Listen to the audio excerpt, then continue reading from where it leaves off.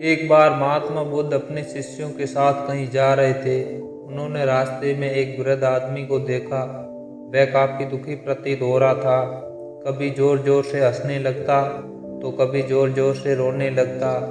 ऐसा लगता था जैसे कि ये कोई पागल व्यक्ति है। बुद्ध उस आदमी के पास गए।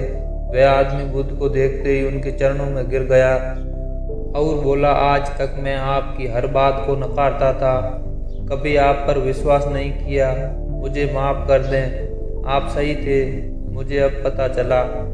मुझे आज ये समझ में आ गया है कि आप जो भी कहते थे वह सब सत्य निकला। बुद्ध ने उस व्यक्ति के आंसू पोंछे और भोजन खाने के लिए दे दिया। वह व्यक्ति बहुत भूखा था। वह खाना लेकर खाने लगा। वह एक वाला खाता और रोने लगता। ये सब महात्मा बुद्ध के शिष्य देख रहे थे। उन्होंने बुद्ध से पूछा कि इनको क्या हुआ है, क्या इनका मानसिक संतुलन बिगड़ गया है। तब बुद्ध कहते हैं कि इन्हें ज्ञान की प्राप्ति हुई है, जाओ उनसे ज्ञान लो। शिष्य उनके पास जाते हैं और कहते हैं, बाबा आपको क्या हुआ है, आप हमें बताएंगे। तब वृद्ध आदमी ने कहा, कुछ साल पहले मैं महात्मा बुद्ध से मिला था। उनके उपदेश सुने थे, लेकिन मुझे वह बेकार लगते थे। मुझे लगता था वह उपदेश किसी काम के नहीं है, जीवन जीने के लिए जरूरी नहीं है। मैंने हमेशा उनका विरोध किया, यहाँ तक कि उनके खिलाफ षड्यंत्र भी रचा ताकि लोग उनके बहकावे में ना आए। मुझे याद है बुद्ध ने कहा था, कभी भी धन का गलत उपयोग नहीं करना चाहिए, नशा नहीं करना चाहिए, झूठ नहीं बोलना चाहिए। लेकिन मैं यही तो करता था और उसी में मेरे को आनंद आता था। पैसे उड़ाना, मदिरा पान करना, यही सब मैं करता था, जबकि मुझे मालूम था महात्मा बुद्ध ने इन सब के लिए मुझे मना किया था। और मैं देखता भी था जो लोग बुद्ध के कहे अनुसार चलते थे, बेशक चाहे उनके पास धन ना हो, वह फिर भी आनंद से रहते थे। और यही सोचकर आज मैं रो रहा हूँ कि काश मैंने बुद्ध की बात सुनी होती। और ये सोचकर मैं हंस भी रहा हूँ कि मेरी तरह बाकी सब भी ये बातें बुढ़ापे में समझ पाते हैं और बाद में पछताते हैं कि पहले इन बातों को समझ पाते।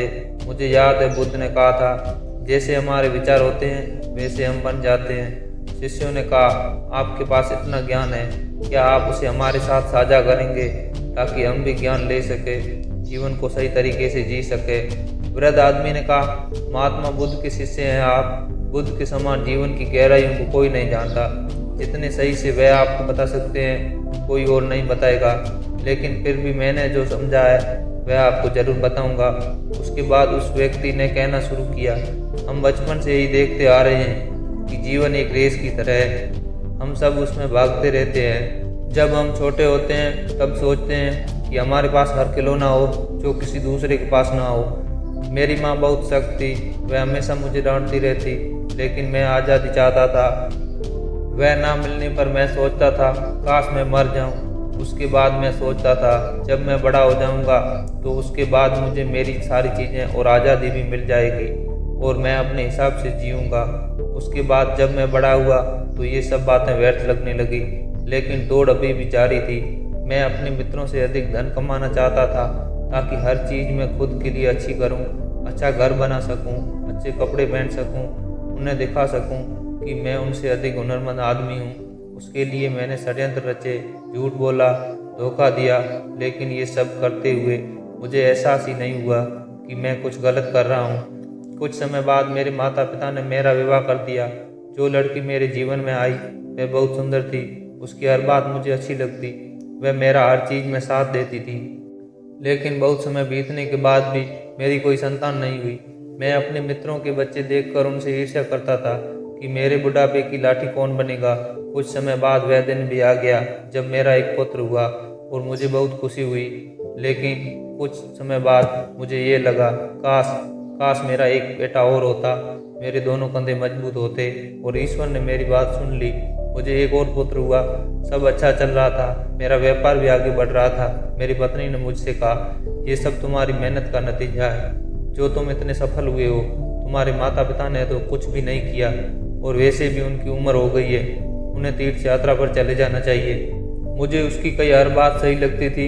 जब मैंने पिता से इस बारे से कहा तो उन्होंने ये कहकर मना कर दिया कि मुझे ये बात पसंद नहीं है। उसके बाद से मुझे अपने पिता की कई हर बात गलत लगने लगी। वह मुझे व्यापार में अभी स्वतंत्र निर्णय नहीं लेने देते थे। मुझे अब आज़ादी चाहिए थी और ईश्वर ने मेरी बात सुन ली। मेरे पिता की तबीयत अचानक खराब हो गई और वैद्य ने जवाब दिया, जिससे भी मिला ना हो मिला दो, अब ज़्यादा समय नहीं बचा है इनके पास। मुझे ये सुनकर दुखी होना चाहिए था, लेकिन मैं तो खुश हो रहा था कि अब मैं आज़ाद हो जाऊंगा। मेरे पिता को इसी अवस्था में 7 दिन निकल गए थे। सब लोग उनसे आकर मिल चुके थे और फिर एक दिन मैं और मेरी पत्नी पिता से मिलने गए। मेरी पत्नी ने कहा, सबसे तो मिल लिए, अब मरते क्यों नहीं। मुझे मेरी पत्नी की हर बात सही लगती थी, वह हमेशा सही कहती है। अगले दिन जब मैं पिता के कमरे में गया तो देखा उनकी मृत्यु हो गई है। मेरी माँ वहाँ बैठी अकेली रो रही थी। उन्हें देखकर मुझे रोना आ गया।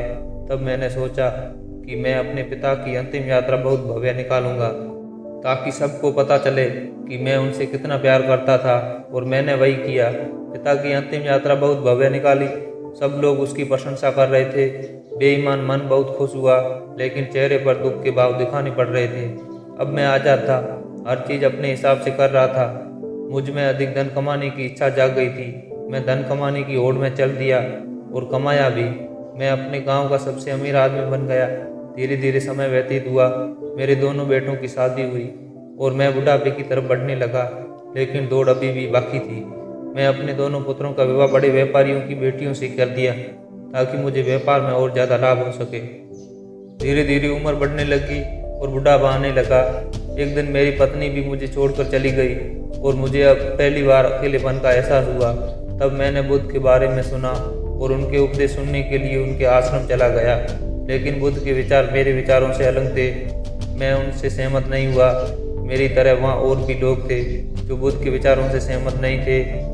मुझे वह लोग मेरे शुभचिंतक लगे और मैंने बुद्ध की बात नहीं सुनी। धीरे धीरे समय बीतता गया और मेरी तबीयत खराब होने लगी और मैंने बिस्तर पकड़ लिया। मैंने बड़े से बड़े वेद को दिखाया, लेकिन कोई फायदा नहीं हुआ। एक दिन मेरा बड़ा बेटा मेरे पास आया और बोला, पिताजी अब आपसे काम नहीं होगा, व्यापार आप मुझ पर छोड़ दीजिए। छोटे भाई की भी चिंता ना करें, मैं उसे भी संभाल लूँगा। आप सारा व्यापार मेरे नाम कर दीजिए। मैंने अपने पुत्र से कहा, अभी मैं मरने वाला नहीं हूँ, बस बीमार हुआ हूँ, मैं ठीक हो जाऊँगा। उसके बाद मेरा दूसरा बेटा आया। उसने कहा, पिताजी बड़ा भाई नशा करता है, आप तो जानते ही हैं, आप सभी मेरे नाम कर दें, मैं आपकी तरह ही इसे आगे ले जाऊँगा। मैंने अपने दूसरे बेटे से भी यही कहा जो पहले बेटे से कहा था, लेकिन इस बार ईश्वर ने मेरी नहीं सुनी। वैद्य ने कहा, जिससे मिलाना है मिला दो, समय बहुत कम है। यह सुनकर मेरी दोनों बहुएं रोने लगी। मेरे बेटे ने सभी रिश्तेदारों को बुला दिया। सब मुझसे मिलने आते और कहते, आपके बिना अब कैसे चलेगा। मैं अभी जीवित था, लेकिन ऐसा लग रहा था सब मुझे मरा हुआ मान रहे हैं। उस दिन मुझे मेरे पिता की बेबसी का एहसास हुआ और सोचा, ये सब मुझे जीवित होते हुए क्यों मार रहे हैं और सब कितने स्वार्थी हैं।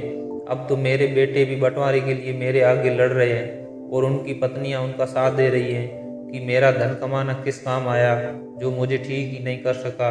मैंने बेकार में पूरा जीवन इस धन के पीछे लगा दिया और गलत काम किया, नशा किया, षड्यंत्र रचा, लेकिन सब बेकार गया। मैंने ये सब क्यों किया। काश मुझे ये बात पहले समझ आ गई होती कि ये सब एक दिन यहीं रह जाना है। इससे अच्छा होता कि मैं कोई नेक काम करता जिससे लोग मुझे याद रखते। काश ये सब बात है मुझे पहले पता चल गई होती। जब मेरे पिता बिस्तर पर थे तब शायद मैं कुछ अच्छा कर पाता, जीवन को नई दिशा दे सकता। मैंने दोनों बेटों को बुलाया और पूछा कि मेरी अंतिम यात्रा कैसे निकालोगे, कि आप सब मेरे नाम कर दीजिए, मैं आपकी भव्य तरीके से विदा करूंगा। और दोनों फिर से लड़ने लगे। तब मुझे लगा कि ये सब किया मैंने, मेहनत मेरी, लेकिन सब कुछ छूट रहा है, कुछ भी अब मेरा नहीं है। अब सब को छोड़कर जाना होगा। मृत्यु मेरे सामने है। मैं सबका शमशान ले गया, मेरे माता पिता, पत्नी, लेकिन कभी ये नहीं सोचा कि एक दिन मुझे भी यहाँ आना है। मैंने अपना पूरा जीवन कामयाबी से निकाला, लेकिन अब लगता है कि मैंने जीवन जिया ही नहीं। बचपन से लेकर अब तक बस दौड़ा चला जा रहा हूँ। किस चीज़ में आज तक उलझा रहा, बस पता ही नहीं चला। और आखिरी समय पर जब सब बातें समझ में आई तब तक बहुत देर हो चुकी थी। ये बातें कहकर बुजुर्ग चुप हो गया। और महात्मा बुद्ध के पास आकर कहा कि मेरे अंतिम समय में मुझे कुछ मिल सकता है। बुद्ध ने कहा, बेशक तुमने अपना पूरा जीवन अज्ञानता से निकाल दिया हो, लेकिन ज्ञानता का एक क्षण भी काफ़ी होता है। तुम्हारे पास अभी जो भी समय बचा है वह ज्ञान से पूर्ण है। अब जो भी तुम्हें मिले, सांसें या फिर मौत, उसे स्वीकार करो और तुम परमार्थ पर केंद्रित हो जाओ। जो भी तुम्हें मिले उसे खुशी से स्वीकार करो। जितना रहस्य जीवन में है उससे ज़्यादा रहस्य मौत में है। जो खुशी जीवन दे सकता है उससे भी बड़ी खुशी मौत दे सकती है। केवल पूर्ण रूप से देखना, एक एक क्षण देखना, दुख मत करना, भूतकाल को भूल जाओ, भविष्य की चिंता मत करो। जो अभी है, इस समय है, इसी के साथ मिल जाओ। जो जागृति तुम्हारे अंदर आई है वही जागृति, यही ज्ञान तुम्हारा सहयोग करेगा। तो कैसी लगी आज की ये कहानी, कमेंट बॉक्स में कमेंट करके ज़रूर बताएं। और अगर अच्छी लगी हो तो हमारे चैनल न्यू वर्ड मोटिवेशन को सब्सक्राइब जरूर करें। धन्यवाद, मिलते हैं अगले वीडियो।